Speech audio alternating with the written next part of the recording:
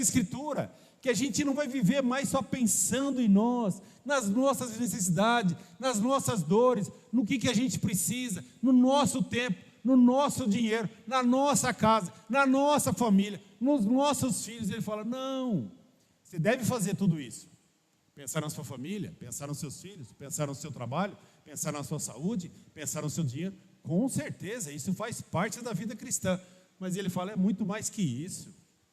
É muito mais que isso, é sair de você mesmo que ele fala, mas viver por Cristo, para Cristo, com Cristo e em Cristo, para que a gente possa ser a luz que ele está ensinando para cada um de nós. O foco muda, o foco agora é viver, como ele fala aqui, ó, por Jesus Cristo, nosso Senhor, nessa caminhada.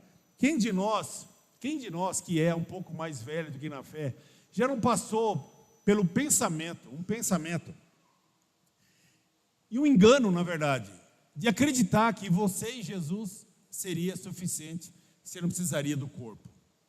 Alguns ainda acreditam nisso, não precisa do corpo, não preciso estar aqui, eu não preciso de relacionamento, eu não preciso estar com outras pessoas, só eu e Deus somos suficientes, só eu e Jesus somos suficientes. E a gente já caiu, alguns de nós, nesse erro, nessa caminhada, alguns de nós já caímos nesse engano espiritual tão grande que é disseminado pelo mundo espiritual hoje, né? Se isso fosse verdade, se nós fôssemos autossuficientes somente com Jesus Cristo, e a palavra diz, né, tudo posso naquele que me fortalece, e é verdade, em Jesus a gente se fortalece mesmo, a gente fica cada vez mais forte. Mas a gente tem que pensar, a gente deveria seguir Jesus ou não? O que vocês acham? Sim. A gente deveria imitar Jesus ou não?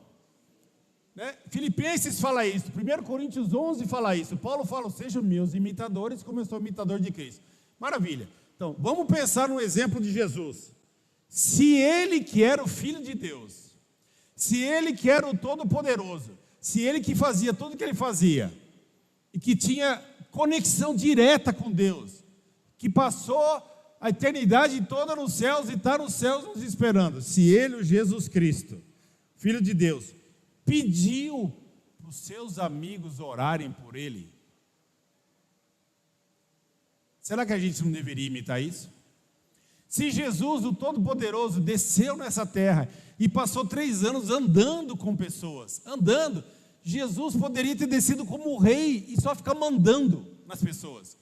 Olha, eu sou o Todo-Poderoso e minhas ordens são essas e vocês fazem isso e eu vou ficar aqui esperando. Não, ele não fez isso. Ele andou, ele visitou, ele comeu, ele foi nos velórios, ele esteve com as pessoas doentes, ele estava no deserto, ele andou com seus amigos. Por que ele fez tudo isso? Para ganhar voto em alguma eleição? Não, para mostrar para você e para mim o que é cristianismo. Que é andar com pessoas, que é estar junto um com os outros, cada vez mais. E me parece bem claro que Jesus, pelo seu amor e amizades espirituais que ele construiu, as amizades dele eram baseadas nisso, em relacionamento e cada vez mais em profundidade. Quero convidar a Sandra, ela vai compartilhar um pouco sobre a vida dela para nós. Obrigado. O relógio está ali.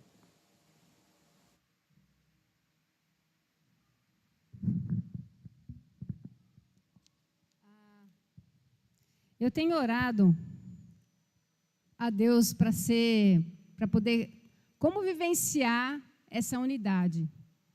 E para isso a gente precisa do amor. Sem amor, isso é muito difícil.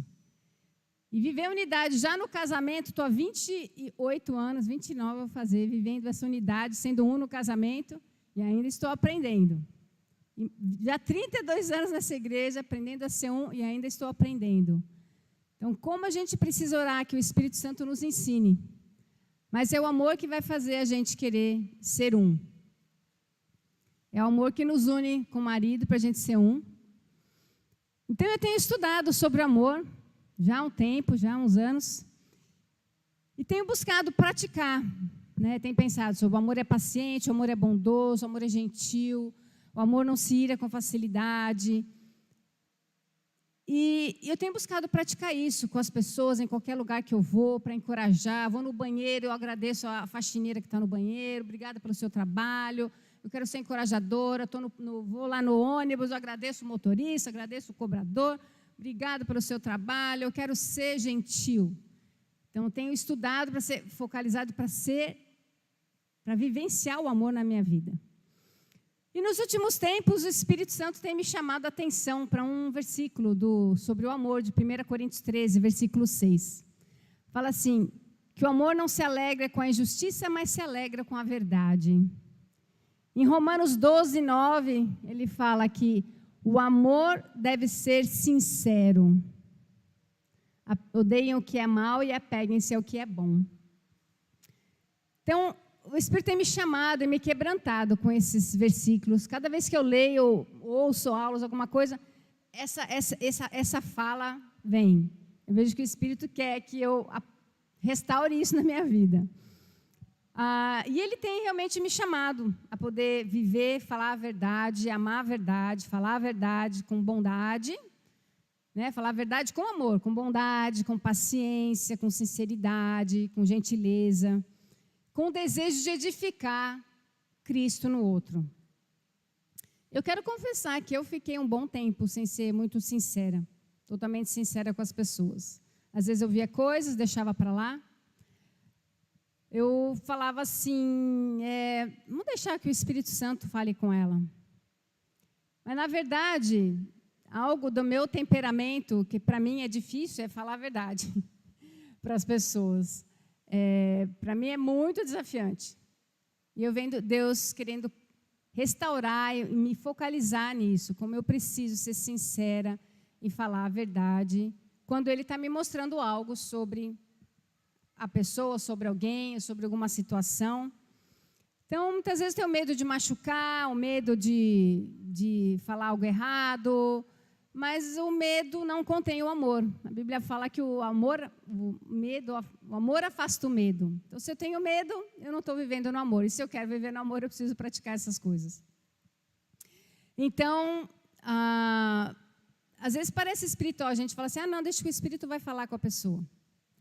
Mas, às vezes, o Espírito quer que você fale. Às vezes, nós temos que saber quando falar e quando nos calar. E, para isso, a gente precisa andar nessa unidade também com o Espírito de Deus. Então, eu parei de falar, ser sincera, falar a verdade, que eu me vi, assim, não tão comprometida com o corpo. Eu me vi envolvida, mas não comprometida. Me vi envolvida sem estar no convívio, ela é legal, gentil, encorajador para estar com as pessoas, mas faltava esse comprometimento em edificar o outro também com essa verdade que às vezes Deus queria que eu falasse para a pessoa. Então é interessante que recentemente num convívio com uma irmã, uma líder, uma pessoa que eu aprecio muito, tenho muito respeito, muita admiração por ela. Eu percebi que na fala dela, em algumas situações, tinha amarguras do passado. E eu, na verdade, já havia percebido isso alguns anos antes. Só que eu não falei nada. Eu deixei passar. E depois de alguns anos, eu vi a mesma fala na pessoa. Aquilo mexeu dentro de mim. O Espírito falou, preciso ajudar essa irmã. Aí eu orei, falei, depois de 2 dias voltei e falei com ela, liguei para ela, e eu falei, irmã, eu aprecio muito você, eu tenho muita admiração, mas eu percebi algo na nossa conversa ontem, e eu queria saber se é isso mesmo. Fiz perguntas para ela, o que você pensa sobre isso, como é que você se sente, e ela abriu o coração dela realmente falando que tinha coisas, amarguras no passado, E às vezes a gente pode estar fazendo um monte de coisa, mas está vivendo com amargura no coração. E isso, a gente tem esse compromisso de edificar um ao outro, se preocupar, se importar com essa unidade, se importar. Para mim foi uma grande vitória falar isso com ela, poder ajudá-la, poder realmente pensar no coração e na alma dela. Então, faz parte da unidade a gente ter esse cuidado com o coração uns dos outros. Como o Héctor falou, como a gente vive, como a gente pensa, afeta essa unidade do corpo, afeta o corpo. Então,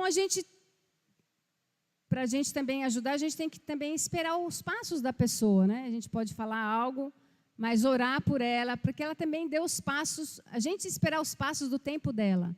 Continuar orando, às vezes fazendo um segmento, um acompanhamento com ela, até ela estar livre daquilo. Às vezes não é no nosso tempo, mas é o tempo da pessoa, o tempo que Deus vai estar trabalhando para alertar, né, o coração dela e a maneira com que ela vai caminhando com Deus, buscando a Deus, e o Espírito vai trazendo isso para ela. Então, é importante que a gente fale a verdade para a pessoa, não para outra pessoa, mas para aquela pessoa. E não falar para o você viu, tem situação. Não é para falar para o outro, é para falar para ela. É para edificar seu irmão na fé. Então, e outro lado também da gente manter a união é também saber ouvir a verdade. E muitas vezes é bem desconfortável, né? Ouvir verdade. A gente fica bem desconfortável sobre isso, fica se sentindo meio estranho. Mas a vida cristã não é sobre ser confortável. Se a gente está confortável, tem alguma coisa errada. A vida cristã é sobre ser pleno. Então, às vezes é desconfortável ouvir a verdade. Mas é edificante, porque eu tenho o desejo de ser mais como Cristo. Por isso eu quero ouvir a verdade. Eu quero ouvir, embora sendo desconfortável. A gente tem um casal, parceria com um casal, e eles falaram comigo e com o Héctor sobre nossa liderança, pregação, sobre ter mais coragem. Não é confortável, mas é edificante. Poder mudar, poder dar passos, poder ser diferente. Então, a gente está nessa caminhada junto com vocês, né? A gente está aqui para ser mais como Jesus. O desejo de sermos mais como Ele. Então, e eu tenho falado isso para as irmãs. O que você vê, fala para mim. Pode falar. Porque eu quero ser mais como Jesus. Eu estou comprometida com Cristo, comprometida com o corpo de poder ser mais e fazer aquilo que Deus me chamou. Ele quer me transformar. Ele quer transformar cada um de nós, né? E de saber que a gente pertence a esse corpo, pertence a um corpo, é o corpo de Cristo. Como a Héctor falou, não é ser como eu quero, quero ficar confortável do jeito que eu sou. Mas se eu estou muito confortável do jeito que eu sou, irmãos, a gente precisa refletir sobre a nossa caminhada com Jesus e quem a gente está seguindo. Né? Quem a gente está seguindo. Né? Então, para sermos como Jesus, nós temos chão. Já tenho 32 anos e tenho chão. Muita coisa, Deus já me transformou, mudou. Nossa, outra pessoa, mas Ele ainda quer me fazer mais como Cristo, até o dia da minha morte. Então, se a gente está comprometido com isso, estamos comprometidos com Cristo. Se a gente está comprometido um com o outro, saber que a gente pertence a esse corpo, né? Que nós não somos uma ilha, a gente é um continente, não é para viver isolado como ilha, mas nós somos um continente interligados um com o outro. E nós somos esse corpo de Cristo. Cristo é esse corpo que tem muitos membros. Então, que a gente possa ter um comprometimento, um zelo, realmente nessa edificação do corpo, um do outro. A gente tem um zelo que agrada a Deus. Né? O zelo de poder vivenciar esse cristianismo na sua integridade. Não a gente frequentar a igreja. Eu vi que no meu convívio eu estava frequentando, estava legal, o convívio, ser legal, encorajar as pessoas. Mas isso é importante, isso faz parte. Eu gosto de fazer isso. E eu tenho orado muito para isso também. Encorajar meus irmãos, minhas irmãs. Mas a gente está comprometido com o corpo, de poder edificar um ao outro. Então, concluindo, para a gente ter amizades espirituais, é preciso que a gente tenha clareza da nossa identidade. Quando eu não falei com aquela irmã o que eu tinha visto anos atrás, é porque eu estava tão insegura na minha identidade. Eu não sabia quem eu era, assim, quem sou eu para falar para essa pessoa? Mas a gente está seguro de quem nós somos e saber que nós temos o Espírito para edificar um ao outro também. Então, a gente precisa ter clareza da nossa identidade, que a gente falou na aula passada, a gente se firmar na nossa identidade em Cristo, e a gente tem esse senso, essa convicção de que nós pertencemos a um corpo. Nós não pertencemos só mais a mim mesmo, mas eu pertenço a um corpo. E como eu vivo, como eu penso, influencia esse corpo. Então, nós vamos dividir agora nas nossas rodas de conversa. E nós vamos discutir essas questões. Você se sente parte de uma família nessa igreja?